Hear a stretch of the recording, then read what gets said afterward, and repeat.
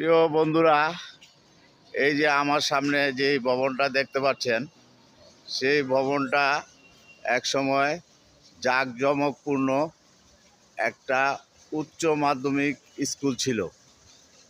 এই স্কুলটা ডেজার পরিদপ্তরের আওতাধীন ছিল। এই স্কুলে অনেক গরিব মানুষের ছেলেমেয়েরা লেখাপড়া করত, কিন্তু এই স্কুলটা কেন মানে এমপিওভুক্ত করলো না এবং কেন বোর্ডের সেটআপ থেকে এই স্কুলটা বাদ করে দিল, এটা আমার মাথায় ঢুকে না। হ্যাঁ, এই কাজটা কি তারা ভালো করলো?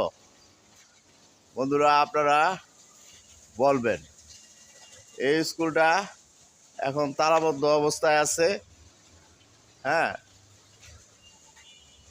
কোনো কার্যক্রম নাই।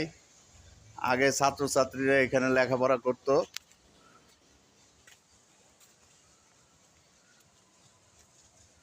এটা একটা ভালো উদ্যোগ ছিল, কিন্তু এরা সেটআপের থেকে এই স্কুলটাকে বাদ করে দিয়েছে। আপনারা বেশি বেশি করে শেয়ার করে যদি পারেন, তাহলে এই স্কুলটা আবার যাতে চালু হয়